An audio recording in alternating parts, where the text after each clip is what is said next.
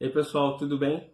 Meu nome é Henrique Nogueira, sou médico veterinário, herpetólogo, membro fundador do Herpeto em Foco. Para mim é um prazer muito grande estar contribuindo com o CONAS, Congresso Online Nacional de Animais Silvestres. Quero agradecer publicamente o convite que me foi feito pela Bia Moraes e é sempre bom estar contribuindo para o crescimento desse tipo de evento. Bom, sugeri o tema de falar sobre fauna urbana. Os animais estão dividindo o espaço das cidades com a população humana e estão sofrendo diretamente todos os malefícios da urbanização e da introdução de espécies exóticas e uma série de outras questões. Mas antes de falar especificamente sobre esses animais que dividem o meio urbano com a gente, queria contextualizar a minha história dentro de animais silvestres, né? Como que eu vim parar aqui, como que eu vim parar no Herpeto em Foco, como que eu vim parar no CONAS. Bom, mais ou menos em 2009, ainda no começo da minha graduação, eu tive a oportunidade de integrar a equipe do NEPAS, que é o Núcleo de Estudo e Pesquisas em Animais Silvestres, fica em Campos do Goytacazes, interior do estado do Rio de Janeiro, quase Espírito Santo, divisa com o Espírito Santo, na verdade. Na época em que eu entrei no NEPAS, o núcleo funcionava basicamente como um grupo de estudos, né, que eram apenas reuniões semanais para discutir alguns casos clínicos, alguns artigos.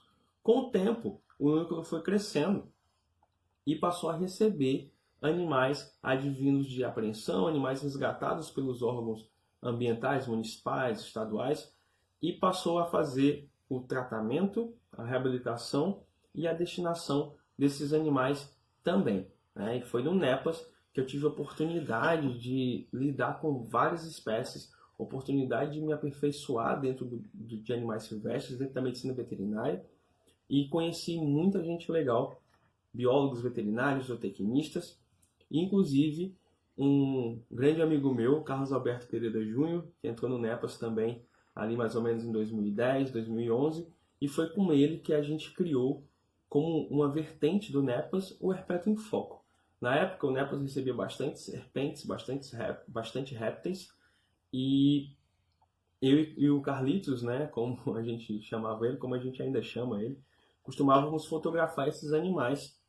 E aí surgiu a ideia de criar uma página para postar as fotos desses animais. E aí surgiu o Herpeto em Foco lá em 2010, 2011. Por isso do nome, né? Herpeto em Foco. O foco é de fotografia, no caso.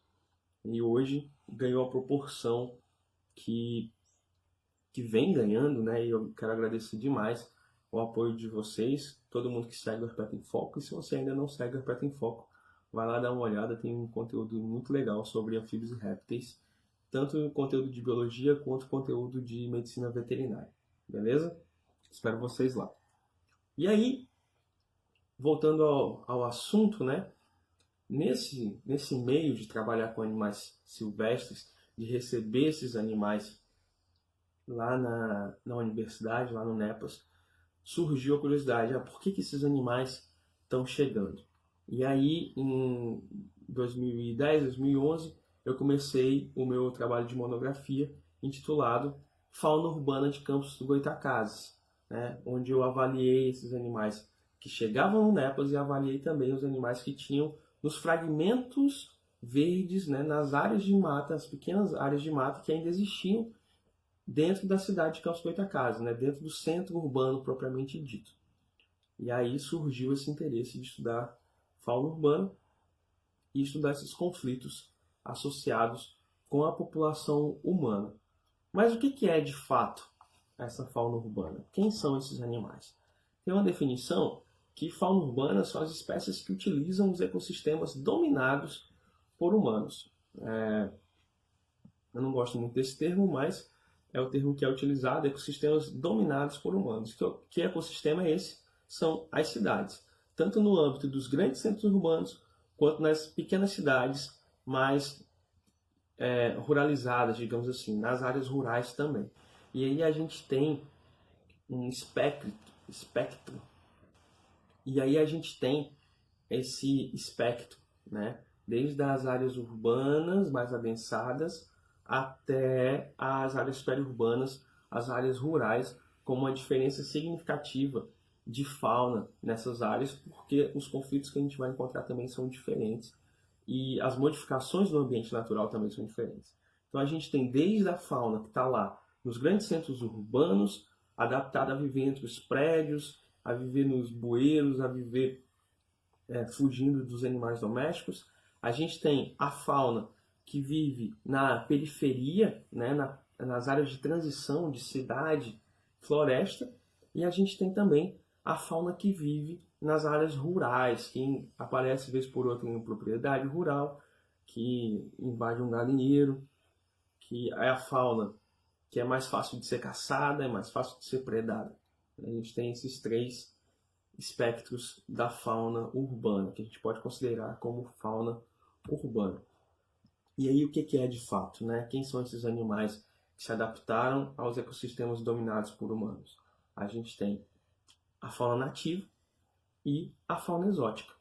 E dentro dessa fauna exótica, a gente tem os exóticos invasores. São aqueles animais que foram introduzidos naquela região, conseguiram se estabelecer e que em algum momento começam a apresentar ameaças para a fauna nativa, tá? Então, são esses grupos de fauna que a gente vai encontrar na fauna urbana, tanto os animais nativos, animais silvestres, quanto os animais exóticos e os exóticos invasores que causam os prejuízos aos ambientes naturais, à fauna local, tá bom? É preciso diferenciar isso. E aí, a fauna urbana, ela só existe, né? Ela surge junto com todo o processo de urbanização. Para ocorrer a urbanização, a primeira coisa que é feita é a supressão da vegetação nativa. E só aí você já tem um prejuízo muito grande, uma perda muito grande de biodiversidade, né? Com a supressão da vegetação nativa, você tem a introdução de espécies exóticas, sejam elas de fauna ou de flora. Flora principalmente para plantas ornamentais, ou então para culturas, né? Seja ela monocultura. Aqui na região de Campos Goytacazes a gente tem muita cana-de-açúcar, por exemplo, é a monocultura que prevalece aqui na região. Então você tem a retirada da vegetação nativa, junto com essa vegetação você diminui a disponibilidade de alimento, a disponibilidade de microhábitats, e você coloca uma monocultura e introduz os animais exóticos também, introdução tanto de fauna quanto de flora exótica. Junto com a fauna e flora exótica, a gente tem a introdução de novos patógenos, e aí falando especificamente de fauna, a introdução de mamíferos exóticos principalmente, trazendo aí uma série de patologias, né? Os cães e os gatos domésticos que acabam contaminando essa fauna nativa. E a introdução também dos fatores culturais. Obviamente, quando você tem a ocupação humana em uma área, você tem a exploração daquela área para caça, para pesca, para monocultura, para uma série de situações. Então, esses fatores culturais, seja ele a caça, seja ele a queimada, a própria queimada também como um fator cultural, né? Funciona como um divisor de águas para o estabelecimento ou não daqueles animais que continuaram ali naquela região, tá? Então, todo esse processo de urbanização, desde a retirada da vegetação nativa até a introdução dos fatores culturais, vão contribuir para a formação dessa comunidade de fauna que a gente chama de fauna urbana. E com tudo isso, ocorre a seleção de espécies. E aí a gente vai ter, vivendo no ambiente urbano, os animais, não, digamos, mais adaptados, mas os animais que tolerem mais modificações antrópicas, né? Modificações causadas pelo homem. Quando a gente pensa em animais que vivem nas cidades, há uma tendência de se pensar principalmente no que é chamado de praga urbana. E aqui a gente pode diferenciar essa fauna urbana em 3 outros grupos, né? O que a gente chama de fauna urbana, e aí a gente tem pombo, barata, formiga, aranha, roedores, escorpiões, uma série de animais. Os animais domésticos em situação de rua, cães, gatos, cavalos, porcos. Eu não sei se é comum isso na cidade de vocês, até porque tem gente aqui de várias regiões do Brasil, isso é muito legal, mas acredito que isso ocorra em vários locais de maneiras diferentes. Por exemplo, em Campos dos Goytacazes é mais comum a gente encontrar cães de rua, né? Já em Fortaleza, eu tive a oportunidade de presenciar locais na cidade de Fortaleza que tem bandos e bandos de gatos, né? Bandos com 30 gatos nas ruas, coisa que a gente não encontra aqui. Tem locais que eu já visitei que é muito comum encontrar porcos nas ruas, cavalos e por aí vai, né? Uma série de situações. Então a gente já tem esse segundo grupo, né? São os animais domésticos em situação de rua. As pragas urbanas, os domésticos em situação de rua e os silvestres propriamente ditos. E dentro desse grupo de silvestres a gente pode encaixar um ou outro exótico que já está muito bem estabelecido, como por exemplo a lagartixa, né, de parede, Omidaceus mabuia, que é um réptil que já foi introduzido há muitos anos e conseguiu se estabelecer bem em todas as regiões do Brasil, praticamente. Tá? E aí dentro da fauna silvestre urbana, a gente tem corujas, algumas serpentes, gambás, aves, uma diversidade muito grande de aves, alguns pequenos anfíbios. A gente tem uma série de bichos que conseguem tolerar essas alterações. Isso acontece porque, basicamente, quando você tem o processo de crescimento das cidades, e aí é importante a gente diferenciar crescimento e desenvolvimento. Quando a gente fala desenvolvimento, subentende-se que seja uma coisa ordenada, diferente do crescimento, né, que é só uma expansão desordenada, sem se pensar no ambiente. Né? Quando a gente tem essas situações de crescimento, é comum que haja muita formação de fragmentos de mata, né, que funcionam como ilhas dentro de uma cidade.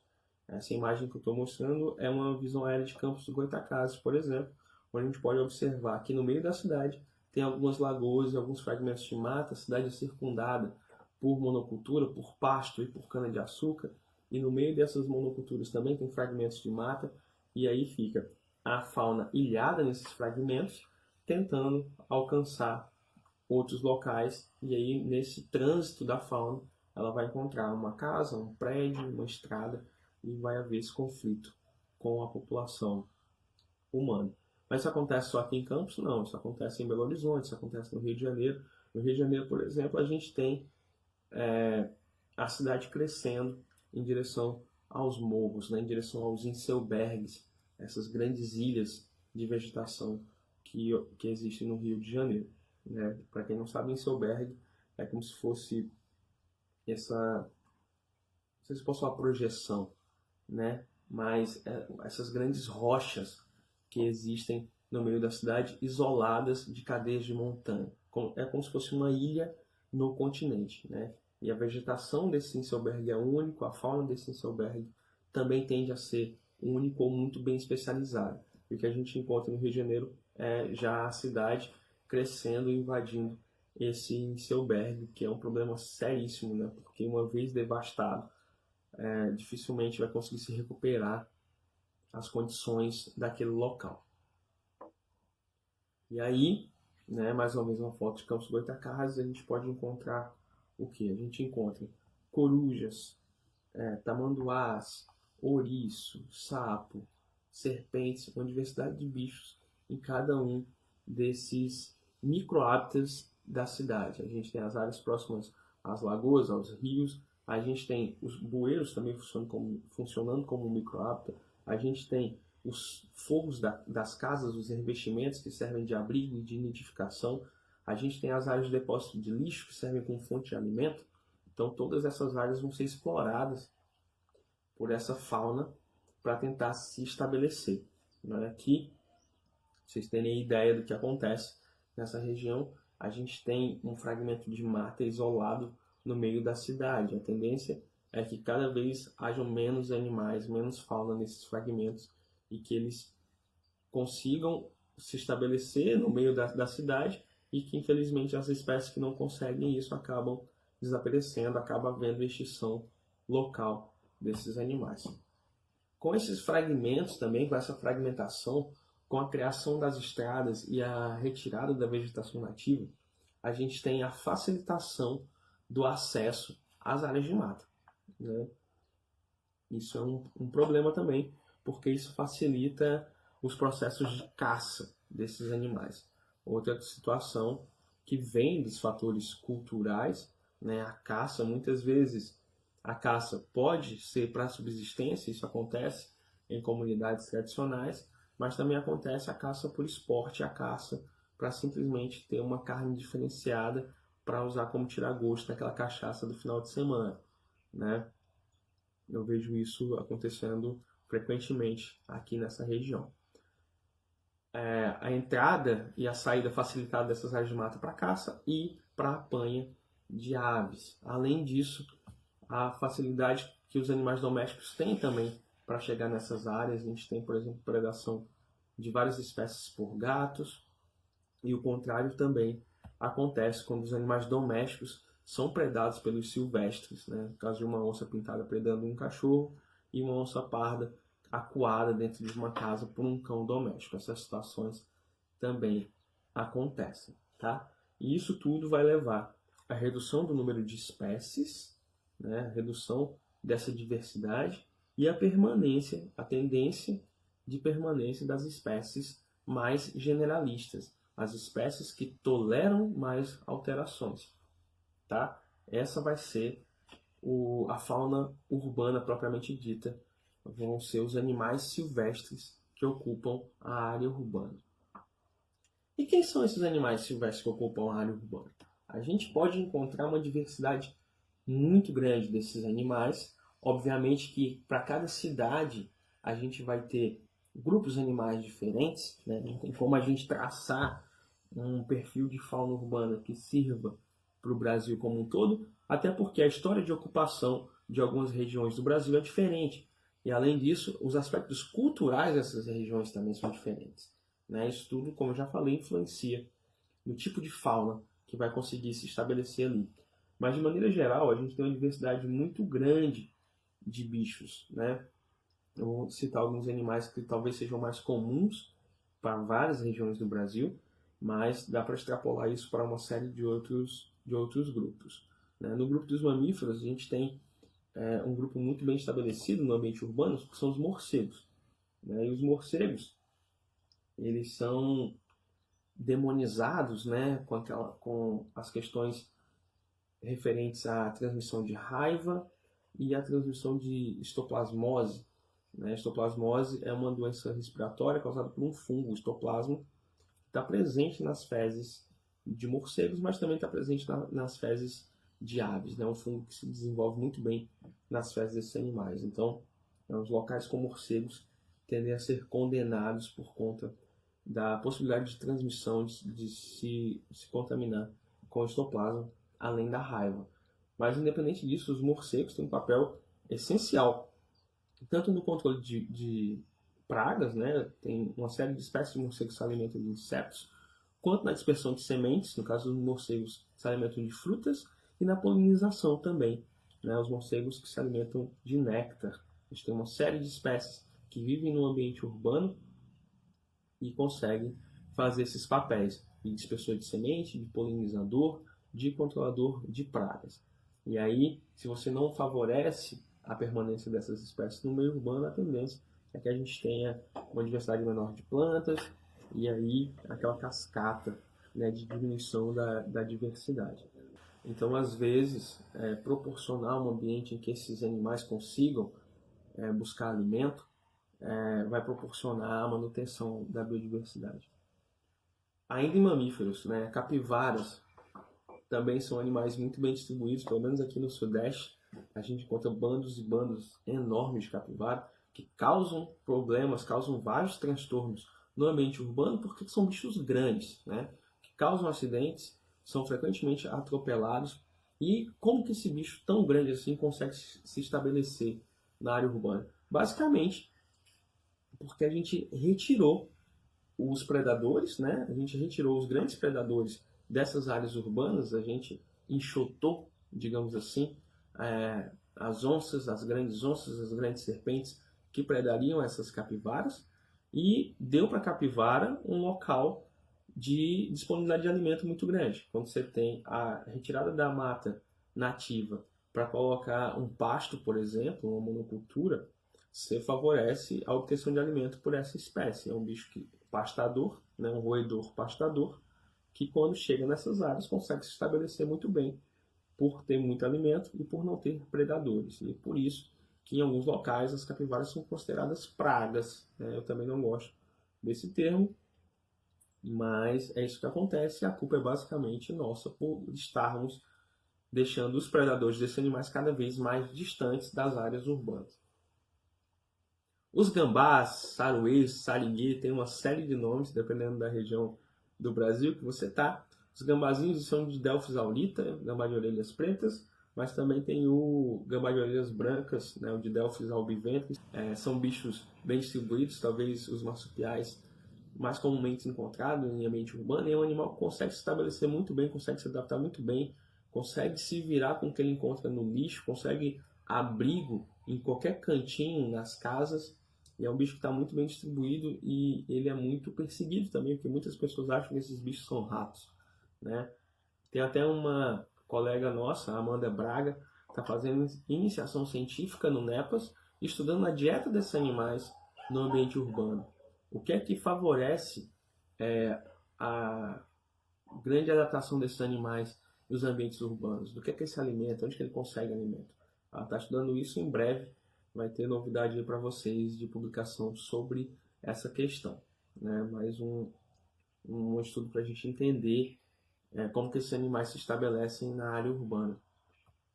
E aí tem o projeto Marsupiais, a galera lá do Espírito Santo, que é super legal, que tenta desmistificar algumas coisas sobre esses bichos. Pra vocês terem ideia, os gambás, eles comem cerca de 400 carrapatos por semana e comem também outros animais que a gente considera como praga, né? Que são os caramujos africanos, vetores de algumas patologias. Então, preservar esses animais está estritamente ligado à preservação da nossa saúde, né? Preservar a biodiversidade como um todo está estritamente ligado à preservação da nossa saúde também. Tá? As preás, que aí também recebe nome em vários locais, nomes diferentes, também são bichos muito bem distribuídos em várias áreas urbanas de todo o país e são talvez os animais mais caçados nessas áreas periurbanas, né? Tem aqui duas matérias, uma falando justamente isso, são bichos comuns em todo o Brasil, e uma outra falando de um incêndio provocado para a caça ilegal de preá em Campos dos Goytacazes. Então, como é que funciona a caça de preá, pelo menos aqui em Campos? As pessoas tocam fogo em terrenos baldios ou em pastos para espantar esses animais e ficar mais fácil a sua apanha. E aí isso gera outros problemas, além da caça propriamente dito, você tem a queimada, que pode gerar uma série de transtornos, pode afetar áreas de vegetação nativa, não só as áreas de pasto, e pode prejudicar ainda mais o ambiente. Os guaxinins e os cachorros do mato, né, os próximos cancrívoros e os cerdócio-tous, talvez sejam os mamíferos, os carnívoros, né, mais adaptados ao meio urbano. Em alguns locais dos Estados Unidos, na Flórida, se eu não me engano, os guaxinins são encontrados nas casas quase como a gente encontra gambá aqui, né? Esse bicho se adaptou muito bem ao ambiente urbano. Acredito que daqui a alguns anos, não tão em breve assim, mas daqui a alguns anos aqui no Brasil vai estar acontecendo a mesma coisa com os cachorros do mato e com os guaxinins. Eles estão chegando cada vez mais perto das comunidades, dentro do campus da UENF, por exemplo, que é uma área que está rodeada de condomínios, rodeada de casas e comunidades, e é uma área bem alterada. A gente encontra uma pequena população de cachorro do mato, né? Algumas famílias passando lá, transitando, usando aquela área como área de caça e até como abrigo também. Então acho que essas duas espécies daqui a pouco a gente vai estar encontrando cada vez com mais frequência nas áreas urbanas. Os tamanduás mirins são bichos que também conseguem tolerar um certo grau de antropização. O problema é que existe a cultura de caça desses animais para fazer uma espécie de rinha de tamanduá mirim com um cachorro doméstico.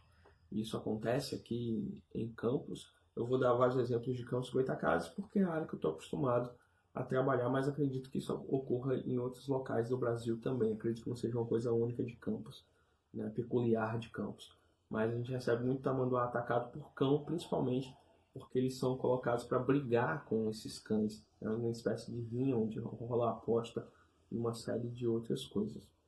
Os ouriços cacheiros, né, também pequenos roedores que são conhecidos por ter esses espinhos nas costas, são bichos que são abatidos porque a população tem medo basicamente deles jogarem esses espinhos, o que não acontece, né? A liberação desses espinhos só ocorre do contato direto, quando esse animal é atacado ou quando ele tenta ser manipulado, esses espinhos acabam se soltando, mas eles não jogam esses espinhos. É muito comum a gente ver cena de cachorro com a boca cheia de espinhos. Vou falar sobre isso mais na frente.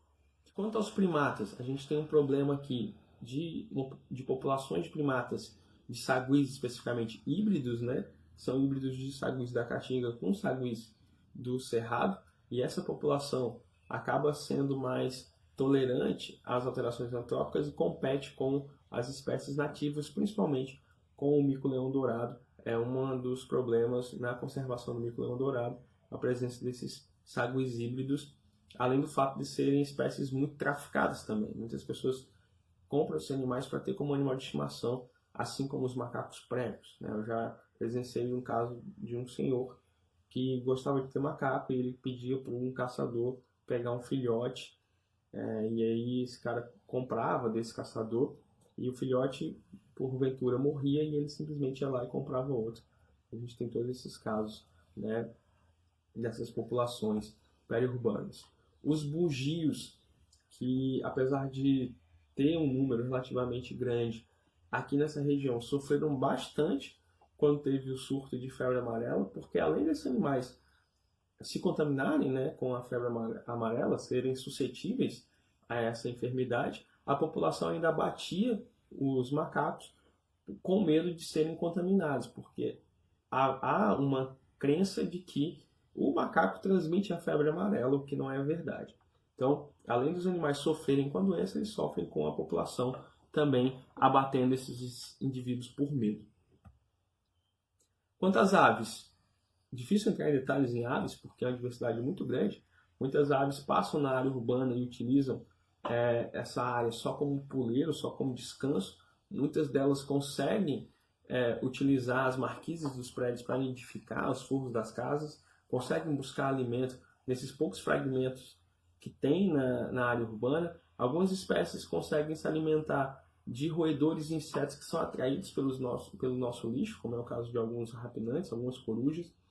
Outras espécies sofrem diretamente o processo de apanho e de caça, principalmente os passeriformes, né? É comum a gente ver o senhorzinho no final de semana com a sua gaiola, seu alçapão, sua armadilha para captura de aves. Às vezes na calçada de casa mesmo, pegando passarinho, né? E apanha em grande escala para a venda de psitacídeos também. É uma coisa que acontece, né? Bichos nidificam com muita facilidade em ocos de árvore e dentro de forro de casa e são facilmente apanhados e vendidos também para o tráfico. Para répteis, talvez o grupo que tenha os indivíduos mais injustiçados, no caso das serpentes, mas a gente tem uma série de outros indivíduos que conseguiram se adaptar ao meio urbano. Os calangos, principalmente do gênero Tropidurus, que são um gênero bem distribuído ao longo de todo o Brasil. É muito comum a gente encontrar esses bichos em áreas urbanas. As lagartixas de parede, apesar de serem bichos exóticos, são bichos que se estabeleceram muito bem e estão aí vivendo, de certa forma, em harmonia com a fauna local, né, ocupando o seu nicho direitinho lá, os Hemidatus mabuia. Quanto aos cágados, eu coloquei aqui duas espécies mais comuns, os Phrynops e os Acanthocheles, né? São bichos que são frequentemente criados também como animais de estimação. Além dos nativos, a gente tem a introdução dos cágados exóticos, né? Dos tigres d'água, que são vendidos ilegalmente e são frequentemente soltos na natureza e causam um impacto muito grande na natureza, competindo com as espécies nativas.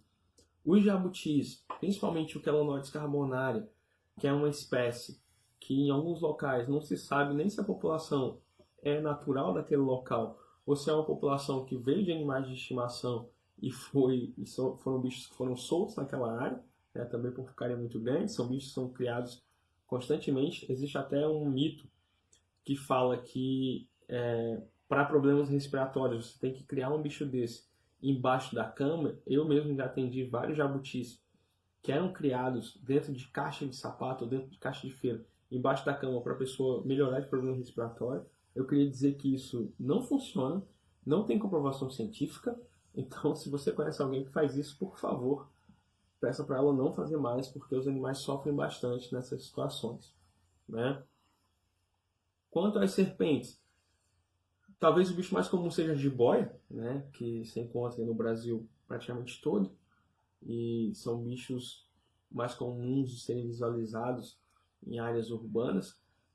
Aqui eu coloquei a foto de uma Phyllodes patagoniense, mas o gênero Phyllodes também é um gênero muito bem distribuído, né, causadores de alguns acidentes com humanos, né, mas para serpentes a gente tem uma variedade muito grande de bichos que podem ser encontrados em áreas urbanas, né. Tem as dipsas, por exemplo, são bichos que são frequentemente encontrados em alface, né. Você compra no mercado, você vai ter uma dipsazinha, pode ter uma dipsas dentro do seu alface. São bichos geralmente confundidos com jararacas também. Cobras d'água, infinidade também. Aqui eu coloquei a foto de um Erythrolampus miliares. E as falsas corais também confundidas frequentemente com corais verdadeiros. São bichos que geralmente são abatidos por conta dessas características, né? Só pelo fato de ser uma cobra, na verdade, os bichos já tendem a ser abatidos. E os jacarés, aqui para a região que eu trabalho, só tem o jacaré do papo amarelo. Vocês vão ter ou já tiveram, não sei, uma palestra sobre jacarés urbanos. Então, não vou me aprofundar nesse grupo, tá? Para anfíbios, e aí eu acho que é um dos grupos que mais varia de acordo com o local, a região do Brasil que você vai estar. Aqui para Campos é muito comum a gente encontrar o Rhinella pygmaea, que é um bicho que é endêmico aqui do norte do estado do Rio de Janeiro e do sul do Espírito Santo. As boanas, a gente tem algumas espécies de boanas, essas pererecas mais bonitinhas, algumas verdes, outras marrons. E os bichos do gênero Leptodactylus, né? Aqui é um Leptodactylus fuscus, mas, por exemplo, a gente encontra com muita facilidade os Leptodactylus latrans aqui. São bichos grandes, robustos, que são frequentemente abatidos para o consumo de carne. Para os sapos, a gente tem os sapos cururus, né? Os grandes rinelas também sofrem uma série de preconceitos, porque muita gente acha que esses bichos esguicham veneno no olho, vai cegar, uma série de outras coisas. Queria dizer também que não, esses bichos não esguicham veneno nos olhos. Obrigado. Agora entra, né? Tem sim alguns sapos que esguicham veneno, os bichos, os rebugutatos. Vou deixar uma foto aqui. Esses esguicham veneno, mas os sapos cururus que a gente conhece, está mais acostumado a ver, eles não esguicham veneno. E a urina deles também não cega, né? A urina deles, na verdade, é mais uma reserva de água que eles eliminam no estímulo de fuga, né? Para ficar mais fácil esses animais fugirem. Então, mais uma vez, não joguem sal nos sapos, eles não fazem nada.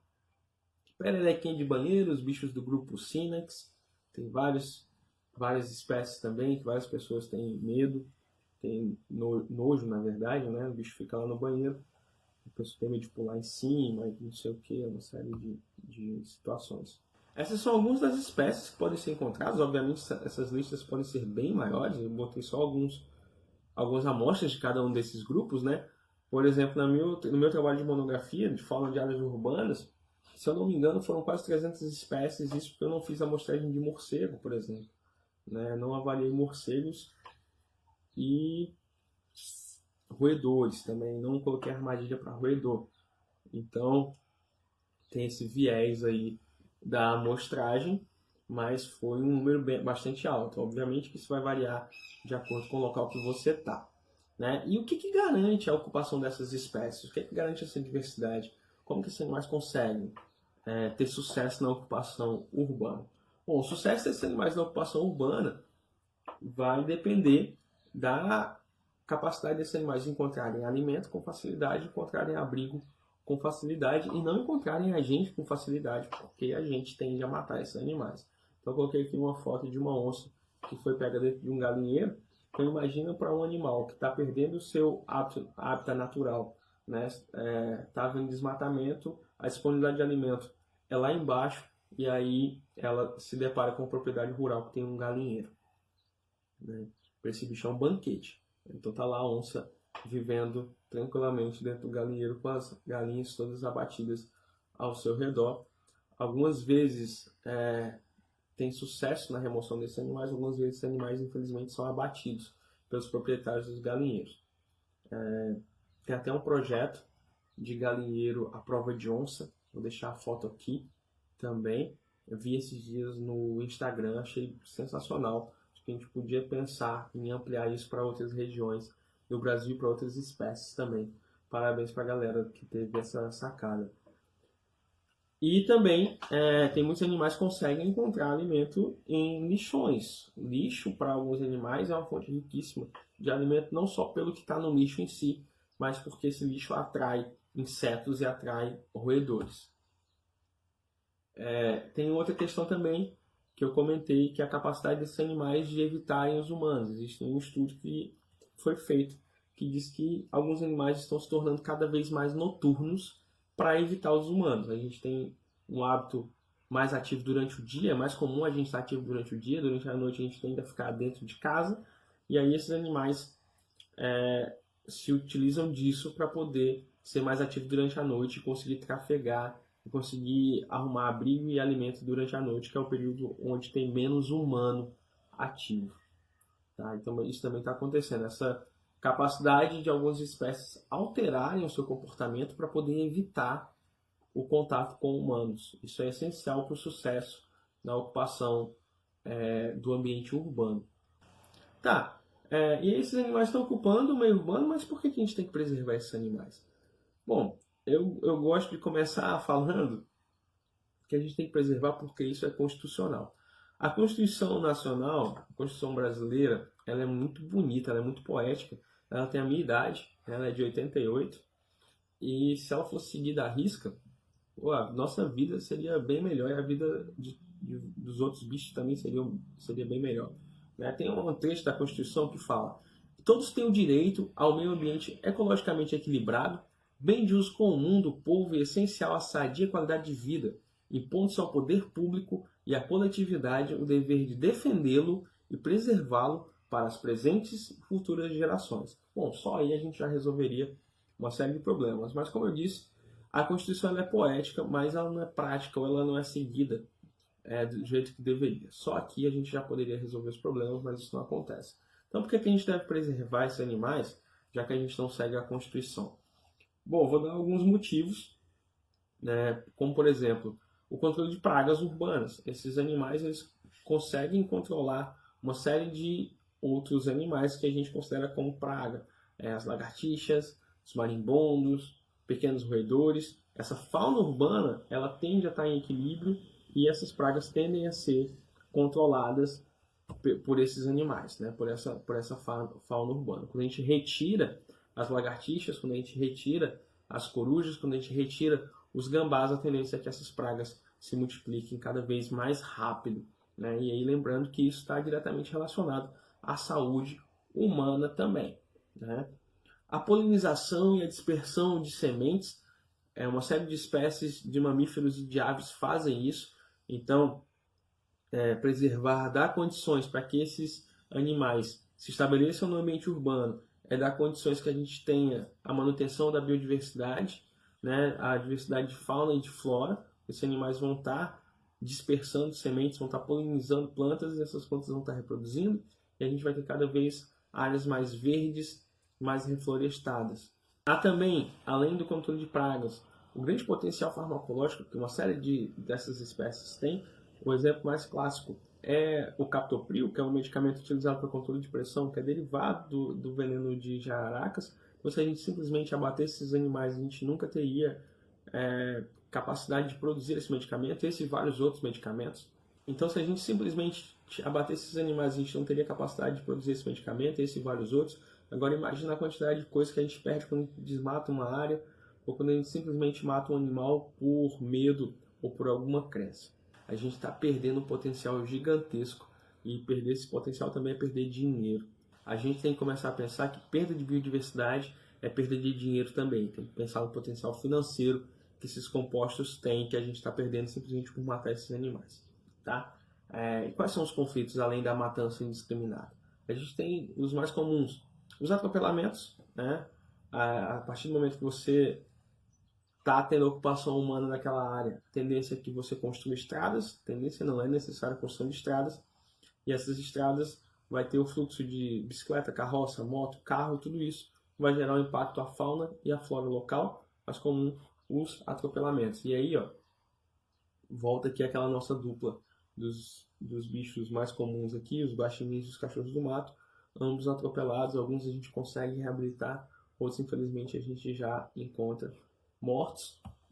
Entrando nesse âmbito do atropelamento, mais de 473 milhões de animais silvestres são atropelados todos os anos, né? Dados do Centro Brasileiro de Estudos de Ecologia de Estradas, são 15 animais por segundo, é um número muito alto de animais e a gente está perdendo cada vez mais rápido essa diversidade.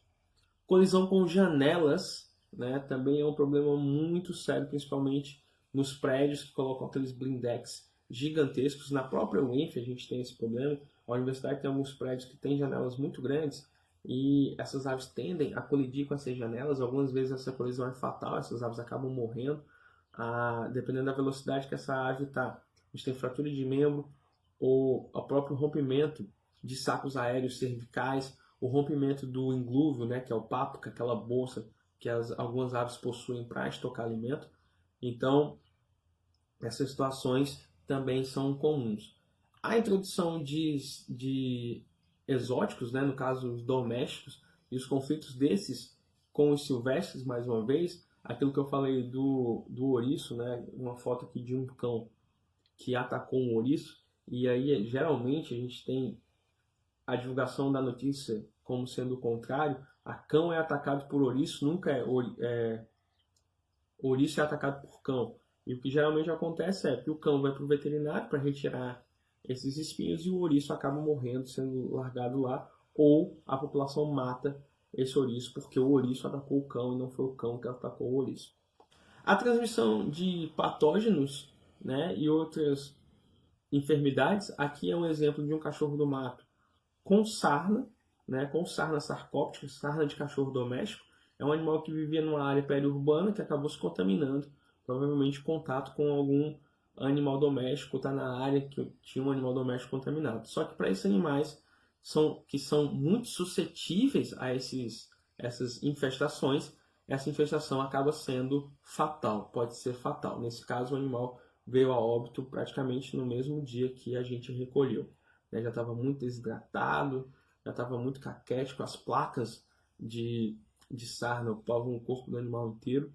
Então, além disso, né, além dos parasitas, além da sarna, a gente tem parvovirose, sinomose, as doenças virais também sendo transmitidas dos domésticos para os silvestres, tanto em cães como em gatos.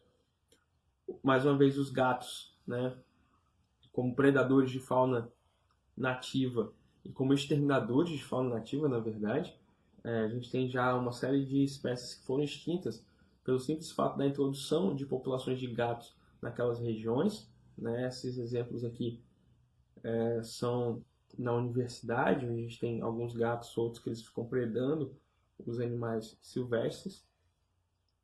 E aí também a gente não tem só os problemas com os animais domésticos, a gente tem os problemas causados por, às vezes, brincadeiras humanas, como, por exemplo, soltar pipa. Soltar pipa com cerol, às vezes a pipa sem o próprio cerol também pode agarrar nas asas desses animais e pode causar lesões. Aqui é uma asa de uma suindara, de uma coruja de igreja, né, que chegou para a gente com uma lesão causada por linha de pipa. E nesses casos, infelizmente, a gente teve que amputar a asa dessa coruja. Agora me fala como que um animal desse retorna para a natureza, né? Não retorna. Aqui outro caso de um falcãozinho, um quiriquiri, também perdeu um membro por conta de linha de pipa.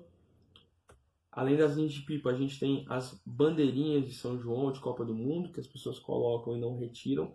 Aqui uma coruja buraqueira que teve a perna machucada por conta de enlinhamento com essas linhas de bandeirinha. Nesse caso também a gente teve que amputar o membro dessa coruja. A utilização de armadilhas, de ratoeiras adesivas. Aqui é um passeriforme preso na armadilha adesiva. É basicamente uma lâmina de papelão com cola para pegar roedores, só que na verdade pega de tudo, menos roedores, né? A gente já recebeu serpentes, aves, pequenas aves, corujas, todas elas agarradas nessa cola. E é muito difícil tirar o bicho dessa cola. Nesse caso, o bicho perdeu várias penas, vai ter que ficar em cativeiro pelo simples fato que foi utilizado uma armadilha que não é tão eficaz para o roedor, mas acaba pegando várias outras coisas. O tráfico, né, e os maus tratos com animais silvestres, essa foto foi feita durante uma apreensão da guarda ambiental. Nessa gaiola tinha um passarinho vivendo, e nessa casa dessa pessoa tinha mais de 140 gaiolas. Era uma pessoa que pegava passarinho nos fragmentos de mata da área urbana para revender, só que ele não cuidava dos bichos, ele simplesmente colocava comida lá e ia deixando apodrecer para os bichos morrerem, tá? Esse e vários outros casos que acontecem, poderia ficar falando aqui de várias situações. E tudo isso, né, acontece porque há, quando há ocupação humana, a fragmentação desses ecossistemas. E quando a gente tem fragmentação, a gente tem perda de biodiversidade e introdução de espécies exóticas que vão terminar de acabar com essa diversidade. Espécies exóticas de plantas, espécies exóticas de animais. Bom, e aí queria deixar vocês com essa questão. Por que a gente deve preservar esses animais? E aí, eu quero perguntar outra coisa. A gente tem o direito de destruir essa diversidade? Pelo simples fato de a gente estar ocupando aquela área? Será que a gente algum dia vai conseguir viver em harmonia com esses bichos? Né? Seria o ideal. Existe uma série de ações que podem ser tomadas para poder viver em harmonia com esses animais, mas infelizmente a gente está longe ainda de conseguir chegar nesse quadro. Tem muitos municípios, muitos locais que não tem nenhum órgão ambiental para poder fazer o recolhimento e resgate desses animais ou instruir a população. Então cabe a gente, como educador, né, chegar e desmistificar essas ideias de que todo animal selvagem oferece risco para a população, de que todos eles têm que ser abatidos, que esses bichos não têm que viver perto das casas, porque eles estão lá tentando desesperadamente sobreviver nesse mundo que a gente está deixando para eles, esse mundo caótico, já é caótico para a gente, imagina para os animais. Então eu queria deixar vocês aqui com essa questão, né? A gente tem o direito de tirar esses bichos, a gente tem o direito de destruir tudo. As imagens que eu usei são algumas imagens minhas, algumas imagens do NEPAS, do Herpeto em Foco. Tem foto do Léo Merson, do Projeto Marsupiais, do Google Imagens, tá? Algumas fotos não consegui referência, então essas fotos eu peguei do Google Imagens. Se alguém reconhecer alguma foto aí, por favor, me manda mensagem para a gente poder referenciar também. E queria agradecer mais uma vez o convite que me foi feito pela Bia. Se alguém quiser trocar alguma ideia, tá aqui o meu e-mail e o meu Instagram pessoal, né, Herpeto Nogueira. Sigam o Herpeto em Foco também. E qualquer coisa, podem contar comigo. E espero encontrar vocês em breve, quem sabe numa oportunidade presencial. Beleza? Até mais!